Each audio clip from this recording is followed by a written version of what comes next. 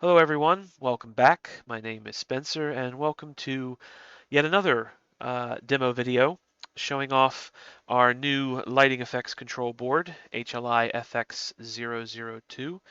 This is the second board that we've produced at HLI, the first one being FX001, which is a dual navigation and strobe blinker board, which has been selling rather well, but it was time to produce a new board, and this is the next phase of HLIFX boards, right? Working our way up in terms of size and complexity, starting small and working our way up the ladder. Um, the circuit I'm going to be demoing with this board in this video is for some simple Millennium Falcon lighting.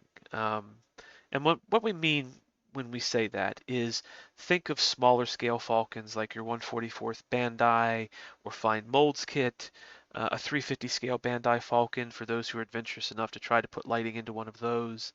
Some people 3D print Falcons these days of a particular size or scale. Um, want to put lighting into it. We're not talking about Falcons meant for things like, a 72nd scale perfect grade or fine molds Falcon or a Diagostini Falcon, right?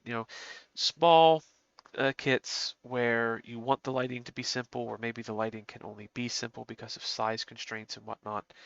But simple Falcon lighting. We actually put a question up to the community a while back. What would you like to see out of a list of things? And believe it or not, simple Falcon lighting actually came out consistently high. So we believe there is a bit of a demand for a circuit like this. So that's why we're producing it with this initial run of FX002 boards. So anyway, before I get into the demo, let me go ahead and show you the board up close, or attempt to do so with my camera. And there is the front end of the board, or the front face of the board, the top, if you will.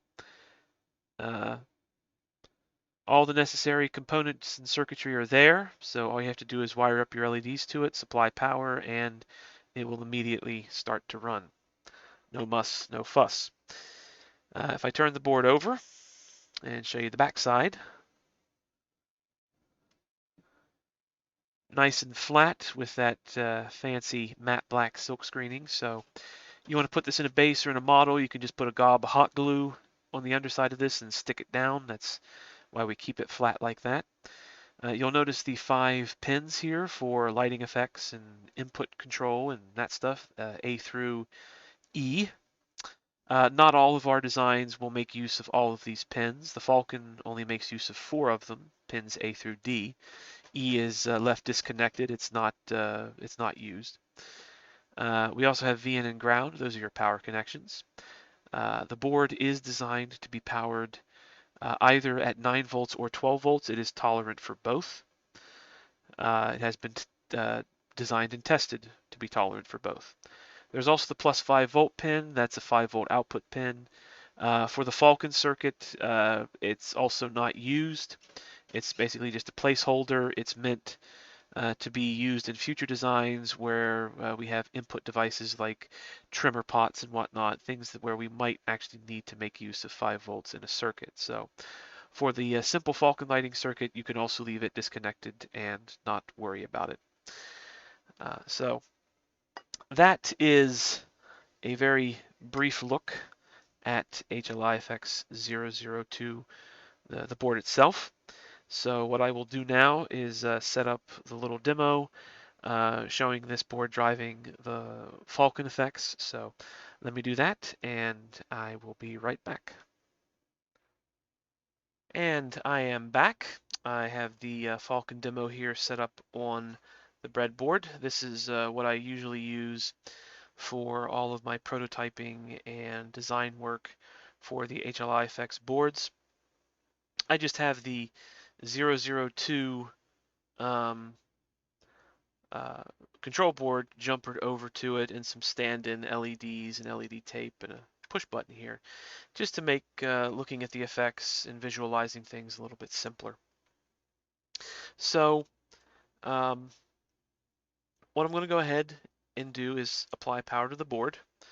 Apologize for the lighting, but it takes a little bit of work with your lighting and your camera to try to get more of these subtle kinds of LED effects and whatnot to show up. But as you can see, when I apply power, the board immediately starts to run. I'm using 9-volt DC power. The board can be powered through either 9-volt or 12-volt DC power. It is compatible for either voltage. So long as you don't go too much above or too much below 9, or you don't go above 12, you should be in good shape. So what we have, pay no mind to this LED back here. That's just an indicator to tell me that my breadboard's getting power. But what we have in terms of the circuit is we have two blinkers and we have some LED tape. Now, you can't really see it probably all that well on camera, at least not yet, but there is actually a subtle flicker happening here, but I'll get back to that. Let's focus first on these two blinkers here. These are slow blinking pseudo-random effects that are designed to go into your cockpit or into, say, perhaps your gun wells of the Falcon. When you really think about Star Wars, or when I really think about Star Wars, particularly the original trilogy and the aesthetic of it, there are blinkers, but there's usually not a whole awful lot of them. They don't blink very fast. They tend to blink slower, sometimes even look kind of lethargic in their blink rate. And they don't come off being quite as random. There's a bit of a randomness to it, but not quite. So what we've done is we've taken these pseudo-random blinkers, we've slowed them down quite a bit to try and mimic that effect, that aesthetic, if you will. The good thing is that both of these effects can be driven with multiple LEDs. So you could hook up maybe one of these in the cockpit and a couple in the gunwale, maybe put one of these in each gunwale and a couple in the cockpit, right? You can mix and match where these effects go. Um, and that's the interior blinkers. We then come to the engines. Most people these days light their Falcons with LED tape, or they light their engines with LED tape, just because of the convenience of it. It makes logical sense to do so. And again, camera's probably not showing this up all that well, but there is a subtle flicker happening. Now let me turn off my overhead lamp, try to trick the camera a little bit into showing this. And I think you can kind of see it actually here on the reflection of the breadboard a little bit. You can see this very subtle flicker. Um, when you think about the Falcon, what is it, right? It's effectively a giant engine, right? The back half of it is an engine where where people just so happen to sit up in the front half of it. Um, so, to sort of convey that sense that it's a thruster, a giant thruster, we added a flickering effect. It's a little faster and a little bit more subtle than maybe what some are used to with, candle LEDs or flickering LEDs. But we didn't want we didn't want the engine to look like a flickering candle, right? We wanted it to look more like a thruster. So a little bit more fast or a little faster, a little bit more subtle. And I think you're probably seeing that here at least on the reflection of the breadboard. Again, it takes a little bit of fiddling with the camera to make this show up. Um, Now we could have left it at that. We could have left it at a flicker. Um, and, you know, that's that. But we decided to take it a little bit of a step further because, well, we can. Um, anytime Han says punch it, what happens? Well, you get that characteristic burst of light from the engines. You hear that characteristic roar of power, and the Falcon lurches forward. So we wanted to replicate that bursting effect in the engines. In this case, that bursting effect on this LED tape. So what I'm going to do is, because the camera will not like this, trust me, I know, is I'm going to turn off the auto exposure.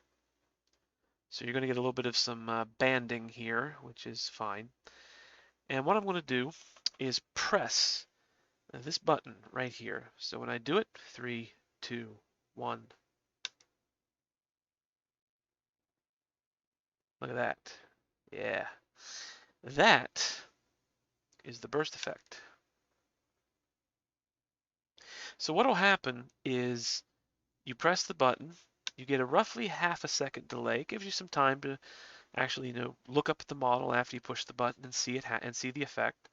You will get a flash that will hold for a short period, and then a slow decay back down into that flicker. And again, I apologize if you see a little bit of banding there. That's what happens with frame rate and whatnot when you don't turn the auto exposure on. So let me turn that back on. Well, I'll press it one more time, just because it's cool. So that flash and ramp back down into the flicker. So let me turn the auto exposure back on. Yay, our banding goes away, and you can still see that subtle flicker happening. So that is the Falcon lighting circuit.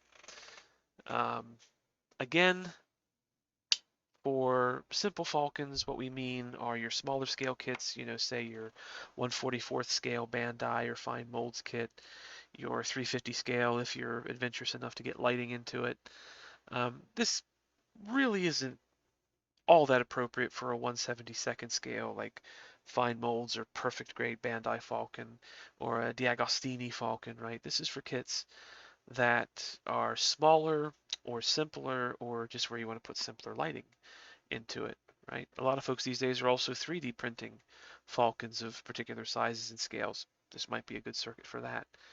So a couple of slow pseudo-random blinkers that you can spread around the interior, the engine flicker and burst effect. I will mention that the bursting effect is purely optional.